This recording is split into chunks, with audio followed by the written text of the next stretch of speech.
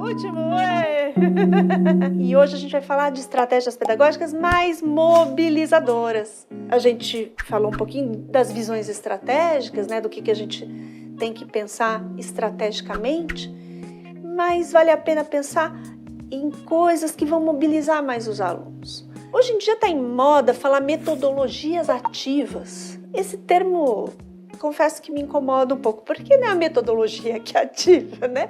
Mas eu acho que vale a pena, acho que a intenção é boa, é pensar no foco na ação do aluno e do professor também. Algo que mobiliza, então tudo bem falar metodologias ativas, ok, nenhum problema.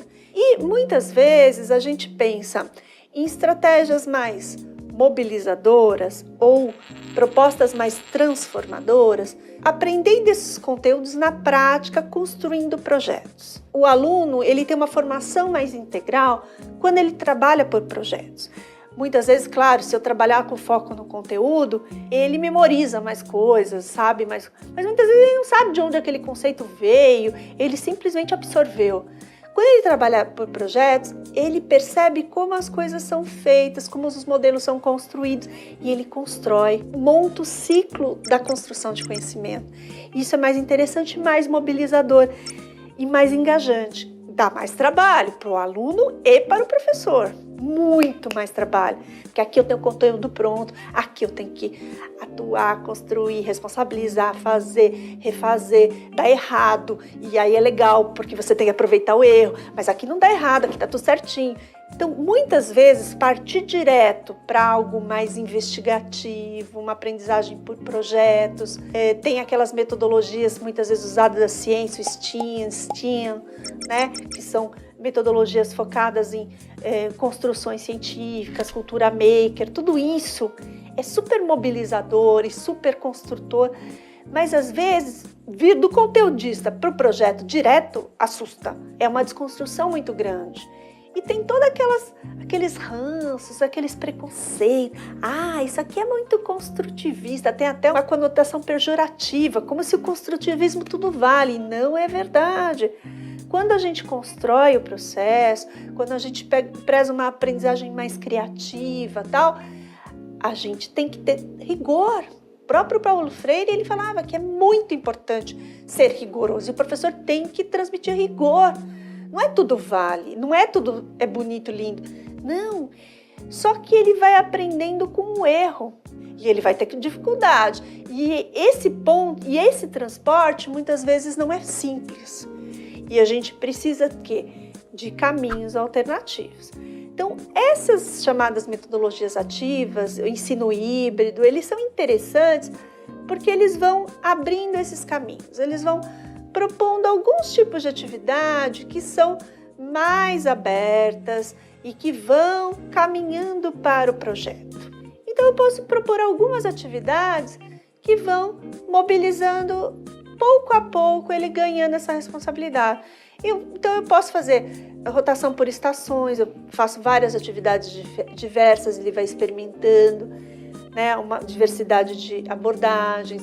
Eu posso fazer atividades mais gamificadas, com jogos, e eu posso fazer atividades que eles vão experimentando essa autoria aos poucos, diversos tipos de debates, construções mais pontuais, resolução de casos mais pontuais, até chegar num projeto maior, investigativo, em que eles tenham que fazer as próprias questões. Porque o projeto investigativo, eu posso dar as questões, né, o problem-based learning, ou eu posso fazer com que eles façam as próprias questões.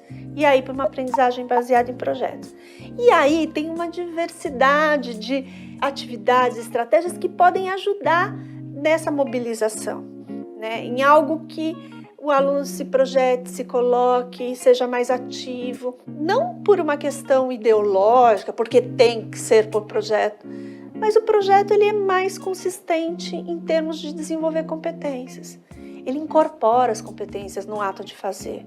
E ele percebe, não só incorpora em termos de procedimento, mas ele entende por que ele está fazendo, ele tem que explicar por que ele está fazendo, ele tem que argumentar por que ele está fazendo, então ele percebe a questão conceitual, ele tem que discutir com a comunidade, ele tem que lidar com valores diferentes, lidar com diversidade de ideias, e tudo isso ele vai desenvolvendo como competência.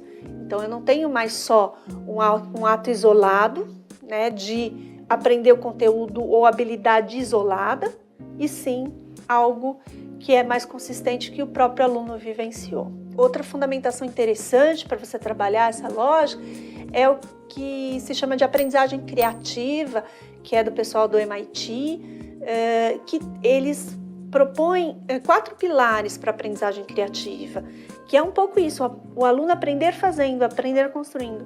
Então, o primeiro é trabalhar por projetos, como eu falei, aprendendo a ser autor dos seus próprios modelos. Também é a paixão, então é importante você despertar o interesse dos alunos por outras coisas. Então você fala, o aluno gosta de matemática, por que ele não gosta de matemática? Você mostrou outras possibilidades da matemática, né? E, às vezes ele não foi despertado.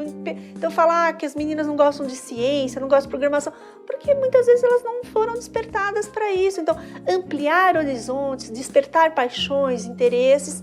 Então, projetos, paixões, peers, né, que são 4 P's em inglês. O peers é você trabalhar coletivamente, aos pares, um completar o outro, trabalhar por comunidade.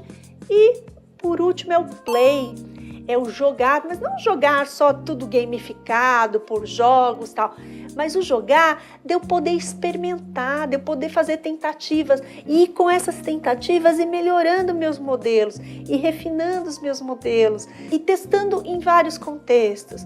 Então, esses 4 pilares vai desenvolver um ser humano muito mais criativo e muito mais interessante para competência de fazer propostas de intervenção no mundo e transformar a sociedade. É isso aí, espero que tenha feito vocês pensarem um pouquinho em todas essas possibilidades. Até mais.